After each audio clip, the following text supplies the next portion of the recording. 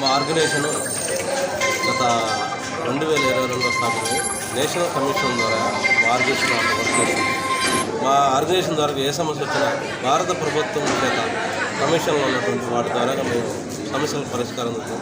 దీనికి మెయిన్గా ప్రజల సమస్య కోసం మా ఎజెండాగా పనిచేస్తుంది.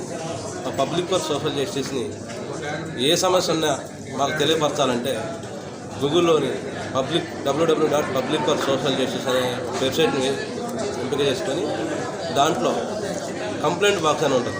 ఆ కంప్లైంట్ బాక్స్ ద్వారా మీ సమస్యను